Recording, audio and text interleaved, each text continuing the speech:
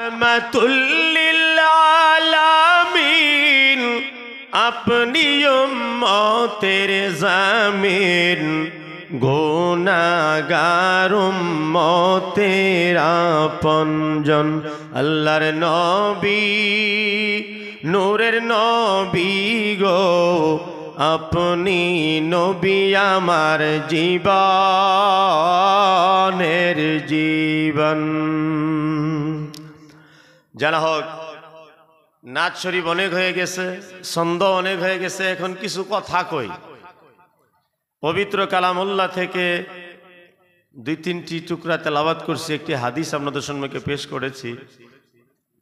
আমি যে কোনো জায়গাতে ওয়াজে গেলেই আগে আমি আমার জাতির উপরে কিছু কথা কয়ে নিই। আমার জাতি আগে কি ছিল, এখন কি হইল, পরবর্তীতে কি হওয়ার দরকার, এর উপরে আমার কথা কওয়ার দরকার আছে। আর বিশেষ করে যখন আমি সরসাফরিতে আসি, মানুষের শুনুক চাই না শুনুক, আমি কথাগুলো একটু কই। এই যে একটু আগে আমি একটা দোয়া করছি না, আল্লাহুম্মা ইন্নী আউযু বিকা মিন ফিতনাতিল পুলিশ ওয়া মিন মাইরিহা ওয়া মিন এরেস্টিহা ওয়া মিন হাজাতিহা ওয়া মিন কাস্টাডিহা। এই দোয়াগুলো আমি আগে করতাম না, এখন করছি কি জন্য?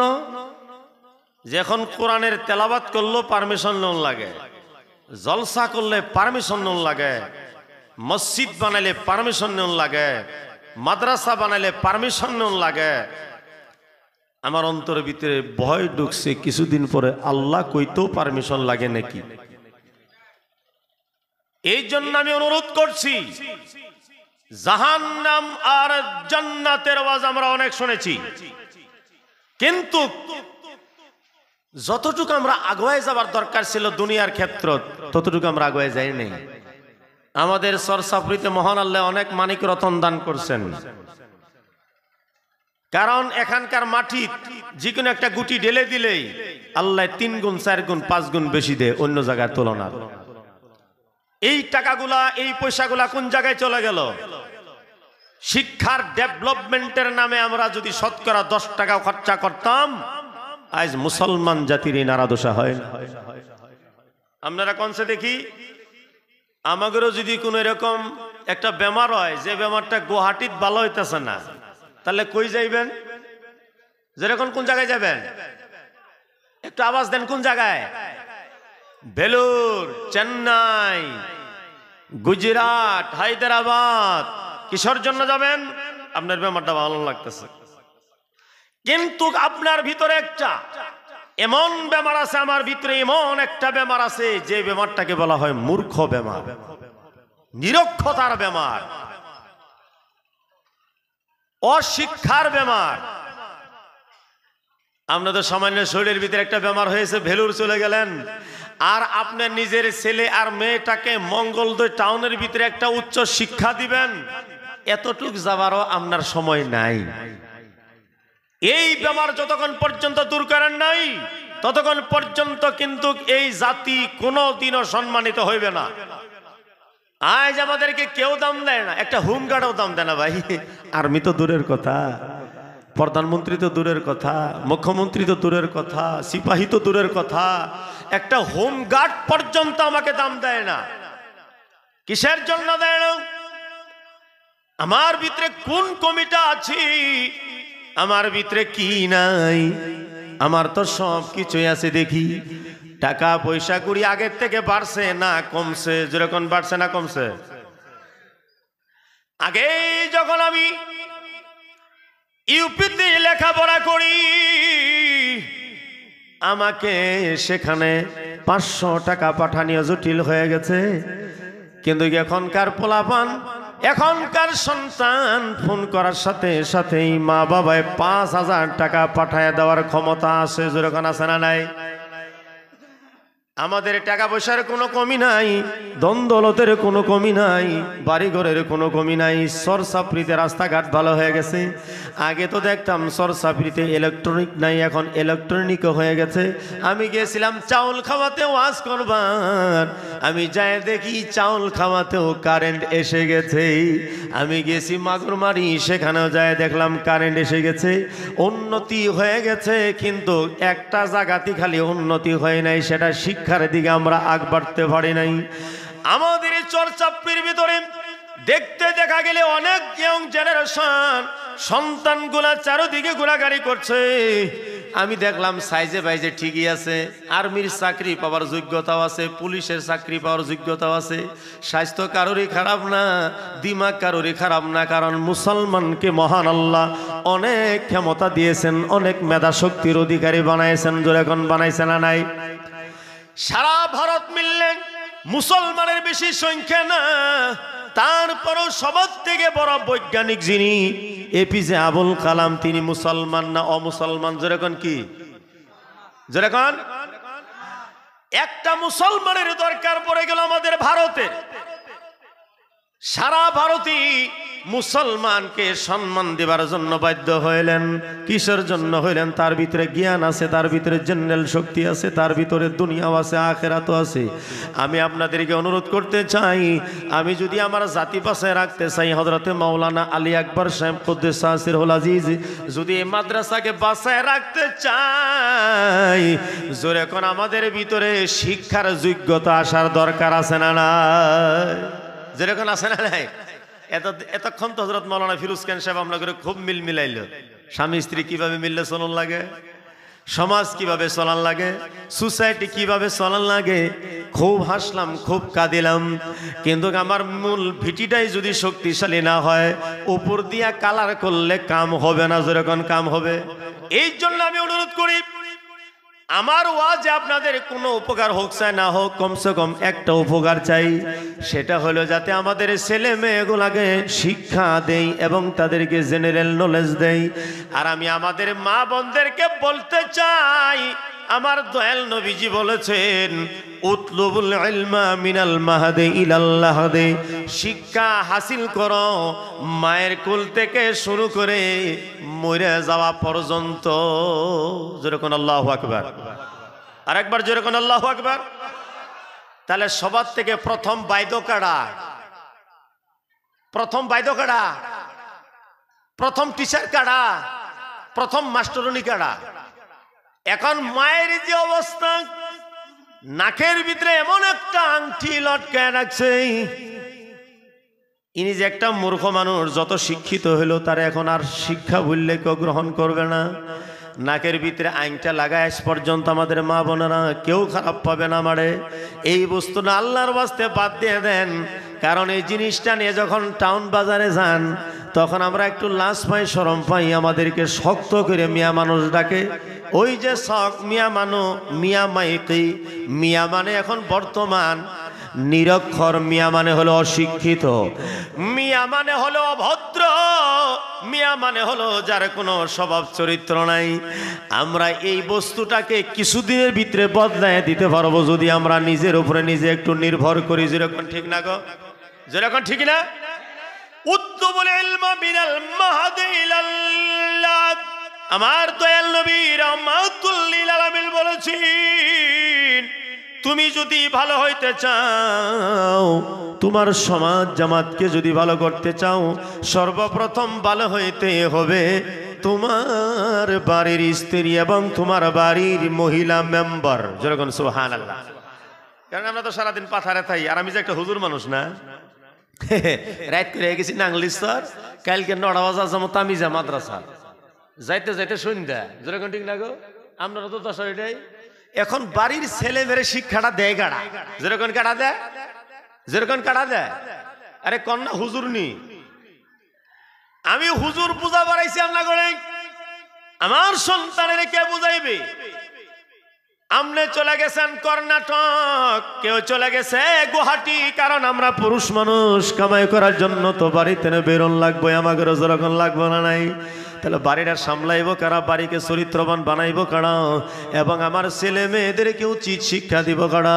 আমি বর্তমান দেখি মাইয়া মানুষ ছেলে মেয়েদের প্রতি অবহেলা করে। যাওয়া কালকে আমি এক বাড়িতে গেছি, যাইয়া দেখি স্বামী স্ত্রী কাইজা লাগছে। কিসের জন্য কাইজা লাগছে জানেন? বিবিয়া বলছেন, ও প্রাণের স্বামী, আপনি যে খালি আমার ছেলে মোবাইল ছানলে রাগ করেন, বোলাইলে রাগ করেন, তার কারণটা কি? আমাদের তো মোবাইল দুইটা, একটা মোবাইল যদি 1-2 ঘন্টা দেখে আপনার কোনো অসুবিধা? স্বামী বলছে 1-2 ঘন্টা দেখবো মেন কেন? কারণ আজকাল মোবাইলের ভিতরে কি আসে না আসে তার কোনো গ্যারান্টি নাই। আস্তে আস্তে মোবাইলটা আমাদের শরমের জানাজা উঠায় দিছে, যেরকম জানাজা উঠায় দিছে না নাই? এখন বর্তমান চর চাপির ভিতরে শরম লজ্জা নাই। চাচা বাস্তি এক জায়গাত, জেঠা বাস্তি এক জায়গাত, মামা বাগনি এক জায়গাত, বাপ বেটি এক জায়গাত বসে দেখা মোবাইলের ভিতরে ভিডিও দেখতে পারে, কোনো শরম লজ্জা লাগে না। যেরকম ঠিক না গো? এখন বর্তমান শরম আছে কি?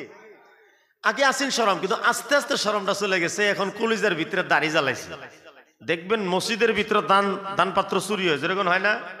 এটা কিন্তু সবে চুরি করতে পারে না। এটা কে করতে পারে? আল্লাহর নবী দয়ার রাসূল রাহমাতুল লিল আলামিন বলেছেন, মানুষ যখন একটা গুনাহ করে, একটা গুনাহ করলে তার কলিজাতে একটা দাগ বসে, আরেকটা গুনাহ করে তখন আরেকটা দাগ বসে, আরেকটা গুনাহ করে তখন আরেকটা দাগ বসে।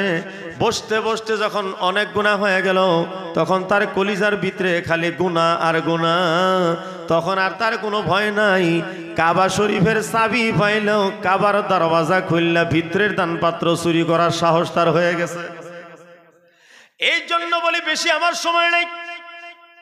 মহান রব্বুল আলামিন আমার নবীজির সম্মান গায়ে দিলেন আর বললেন, নবীর শান যদি তোমরা না চিনো, নবীকে যদি তোমরা না জানো, তাহলে পৃথিবীর কোনো মানুষ তোমারে জানাইতে পারবে না, শিক্ষা দিতে পারবে না। যেরকম ঠিক না গো?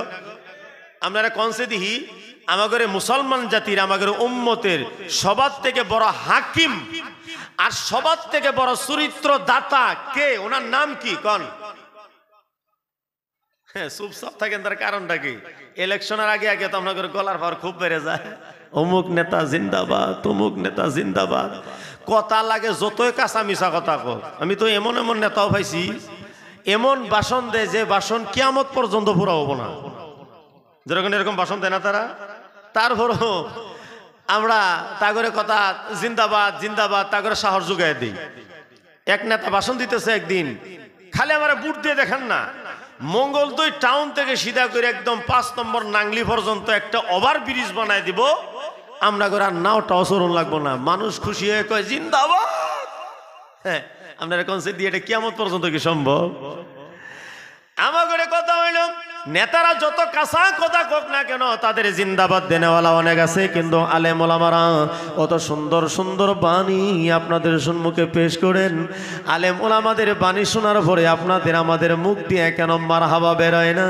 একবার সবাই চিল্লায় কইতে হবে মারহাবা। সবাই হাত উঠে এখন মারহাবা। নারে তাকবীর, নারে রিসালাত। এর দ্বারাই জানা গেল রাত 12টা বাজাতো যদি উম্মত তোমরা জাগ্য আছো, তোমার এই জাগ্য থাকাটা আমি কামনা করি। তোমাগরে এই জজবাটাকে আমি সম্মান জানাই। আর আমি আমার মন থেকে দিল থেকে কই, না ঘাবড়াও মুসলমান, না ঘাবড়াও মুসলমান,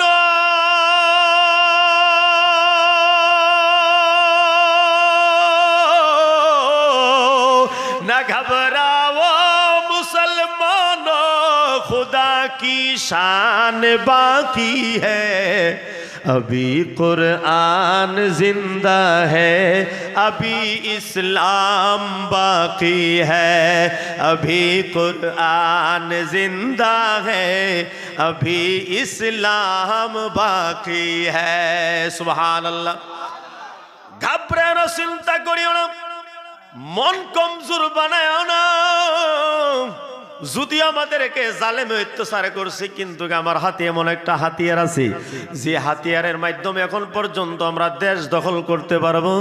সেই হাতিয়ারটার নাম হলো আল কোরআন। কবি নজরুল ইসলাম বলছেন, নকুল দাস এটাকে নকল করে বলছেন। কি বলছেন? কে যদি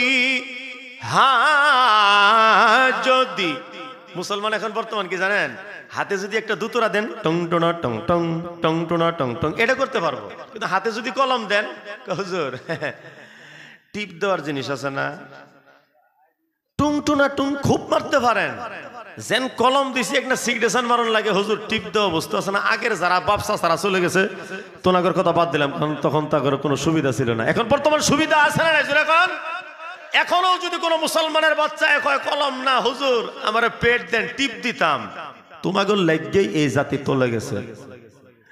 এখন আমি কি বলতে চাই, আমার কাছে এমন একটা হাতিয়ার আছে যে হাতিয়ারের মাধ্যমে এখন পর্যন্ত দেশ দখল করতে পারবো। সেটা হইল যদি জইলা পুরে,